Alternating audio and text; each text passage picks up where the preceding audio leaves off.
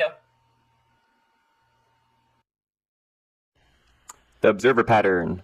And going straight to the definition, the observer pattern is a software design pattern in which an object, called the subject, maintains a list of its dependencies, called observers, and notifies them automatically of any state changes, usually by calling one of their methods.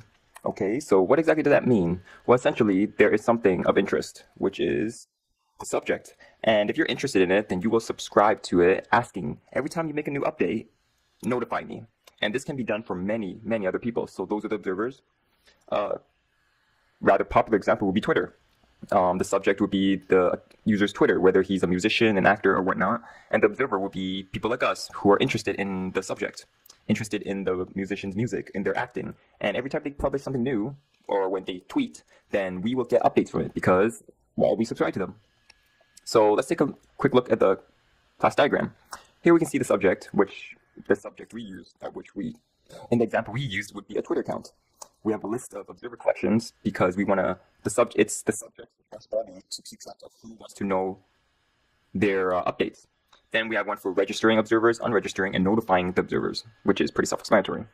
The observer itself is very abstract, is abstract, and there could be different types of users, such as regular users, and let's say concrete observer B could be like moderators. So I guess without further ado, let's actually get things started. What I'm going to do right away, oops, that is always so laggy. What we're going to do right away is create two folders. One's called observer and one's called subject in order to kind of organize the code. I mean, it's totally optional, but in my opinion, it looks better. Even though subject only has one class. Now the thing about observer pattern is there is many implementations. Some goes abstractly. The subject implements an abstract subject. And, but the one that I'm going to follow will be strictly from Wikipedia. If you actually Google it, you will actually see different class diagrams, but it's not too different. A majority of them are geared towards the same concept. So let's actually start off with an observer. And our example today would be a YouTube account, YouTube channel, YouTube users. So how do we relate this to YouTube? Well, a YouTube channel is the subject. People make YouTube channels, whether it is for computer science, for StarCraft 2, and whatnot. And subscribers or observers or subscribers, people who are interested in it and subscribe to channels. So let's go ahead and create the abstract version of the observer, which we will be using as iSubscriber. So anyone who can subscribe. Oh, that's awesome. So iSubscriber. Make that public. Now, according to the diagram, there should be a way for the subject to notify the observers. Here we will just, since I'm not very creative, I'm just going to go notify. Same thing. Essentially, this will be calling the user or the subscriber and telling them, hey, there's a new update. Let's check it out. So the two concrete classes I'll be making would be two classes. One will be user. These are your regular users of, any regular YouTube surfers. And since we implemented the interface, we have to also implement its methods, which is notify. And why did I do that?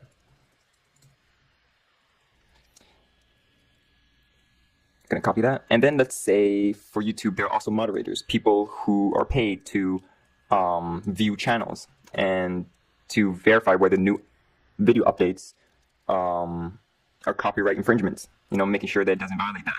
Of course, this is not actually how YouTube works. It's actually, I'm pretty sure it's based on user reports, but let's pretend that there are moderators. Well, moderator, derp. Okay, so it will be exactly the same thing, and they will also be notified. Now let's actually write the implementation of it. The moderators would be when notified, it means that they need to check the video for copyright infringement. So here we'll just write moderators need to review, or moderator needs to review new video. For the user, however, it's a bit different. They just watch the video, comment, reply, they do whatever they want. So user has been updated about channel update or about new video. That'll be better. So basically we are done the observer part. We're done this giant tree right here. So now let's go on and move on to the subject. The subject, in our case, would be a YouTube channel. No capital H. Yes, any YouTube channel. And according to the diagram, it should have three methods. The first one being what was it? Oh, right. The first method being a way to subscribe. Let's just write very empty methods. The next method is a way to unsubscribe, in case you aren't interested in the person's channel anymore, that you want to invoke the method to unsubscribe yourself. And lastly, we want a method to notify our subscribers of new video updates. Subscribers. Okay. Now it's going back to the class diagram. It also states we have a collection, an observer collection. Observer is that iSubscriber. So let's just make an iList of iSubscribers,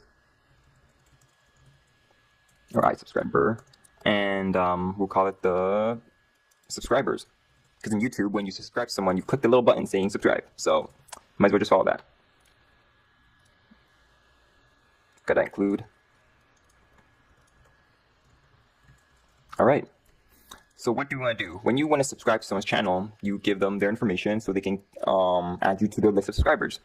So here we will be adding iSubscriber, S, and it would be subscribers.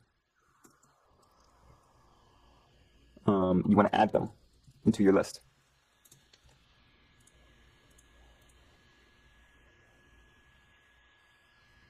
Next, we want to go to the unsubscribers, which is exactly the same thing, except you want to remove. Not remove that, just remove. And it's supposed to be S too, because we also have to pass our information telling them, hey, I want to remove this specific user from my, or this specific subscriber. And lastly, if we look at the class diagram again, we have a notify observers, which is notify subscribers.